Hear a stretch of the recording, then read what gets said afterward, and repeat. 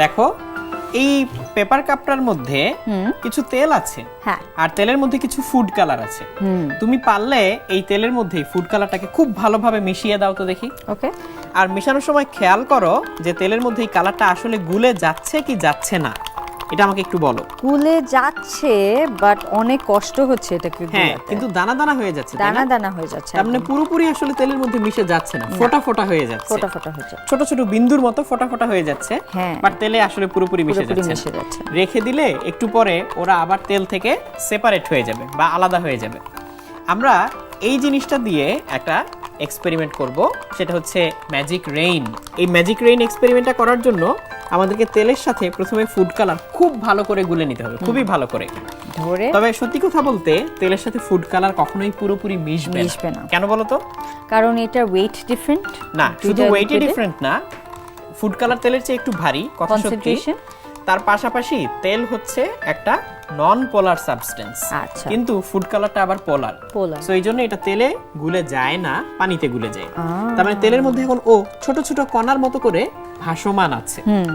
এইবার আমি বলার সাথে সাথে তুমি যেটা করবে, তোমার হাতের যেই কাপটা সেখান থেকে সলিউশনটা হচ্ছে একটা বিকারে ঢেলে দিবে। পুরোটা? হ্যাঁ, রেডি, 1 2 3 ঢেলে দাও। আরে দেখো পানি থেকে কিন্তু পুরোটাই উপরে উঠে যাচ্ছে, তাই না? হ্যাঁ। এবার খুব ভালো করে যদি খেয়াল করো, দেখবে এই উপরের তেলের সলিউশন থেকে একটু একটু করে পানিতে রঙিন বৃষ্টি হবে। তুমি একটু ওয়েট করো, দেখো এখান থেকে আস্তে আস্তে ফোটায় ফোটায় এই রংগুলোকে তুমি নিচের দিকে পড়তে দেখবে। তবে তার জন্য তোমাকে একটু ওয়েট করতে হবে। এটাতে অলরেডি হচ্ছে, এই দেখো এটাতে অলরেডি হচ্ছে, এই যে উপর থেকে নেমে আসছে, দেখতে পাচ্ছ? আমি এটাকে ঘুরিয়ে ঘুরিয়ে দেখাই। এই যে দেখো, তোমার হাতে নিয়ে দেখো, ভিতর থেকে আস্তে আস্তে ফোটায় ফোটায় এই লাল রঙের কালারটা নেমে আসছে, দেখতে পাচ্ছ? তো এখন এটা যখন তেল থেকে সেপারেট হয়ে যাচ্ছে, ও তখন মনে হচ্ছে এটা বৃষ্টির মতো। এই যে দেখো, এখানে হচ্ছে নীল রঙের ফোঁটাগুলো এর ভিতর দিয়ে আস্তে আস্তে নামা শুরু করছে। এই যে একটা দুইটা করে দানা আমরা দেখতে পাচ্ছি, খেয়াল করেছো? এটাকে ঘোরালে আরো ভালো করে দেখা যাবে।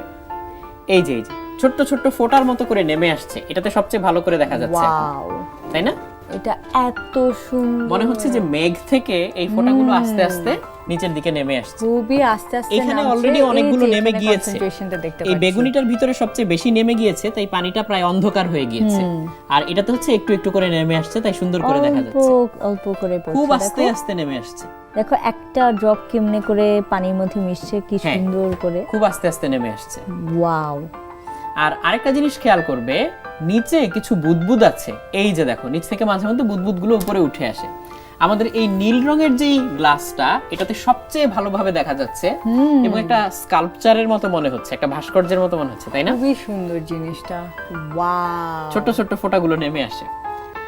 বেগুনিটা বেশি কালার দিয়ে ফেলায় এটা অন্ধকার হয়ে গিয়েছে, এত ভালো করে দেখা যাচ্ছে না। নীলটাতেই সবচেয়ে স্পষ্ট দেখা যাচ্ছে, খুবই সুন্দর। আর লালটাতেও কালার একটু বেশি পড়ে যাওয়ায় লালটাতেও হচ্ছে, কিন্তু একটু কম, নীলটাতে সবচেয়ে সুন্দর। তাহলে ভাই এখানে প্রিন্সিপালটা কি কাজ করছে?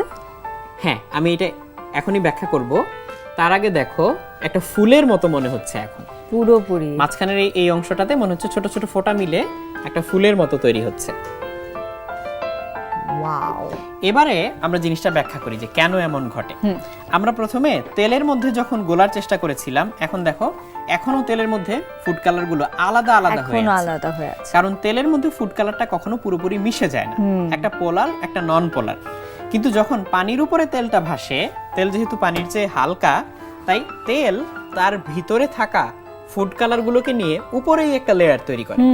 কিন্তু আমরা তো আবার এটাও জানি ফুড কালার হচ্ছে তেলের চেয়ে ভারী। ও আস্তে আস্তে নেমে যখন পানির সংস্পর্শ পায়, তখন পানির সাথে মিশে যাওয়ার চেষ্টা করে। তাহলে এই জন্য এরকম ভাবে আস্তে আস্তে নেমে নেমে এখন দেখো পুরো সলিউশনটা হচ্ছে নীল হয়ে যাচ্ছে। এবং এটা যখন নেমে আসে, তখন তুমি চাইলে ছবি তুলতে পারো কিংবা ছোট্ট একটা ভিডিও করে রাখতে পারো, টাইম ল্যাপস করা যায়, খুব ইন্টারেস্টিং। দেখে মনে হবে যে উপর থেকে এরকম মেঘের মতো আস্তে আস্তে জিনিসটা নেমে আসছে। এই জন্য এটার নাম হচ্ছে ম্যাজিক রেইন। সো কয়েকবার করে করে তোমাকে প্র্যাকটিস করতে হবে, ট্রাই করতে হবে, যাতে সবচেয়ে পারফেক্ট ভিউটা পাওয়া যায়।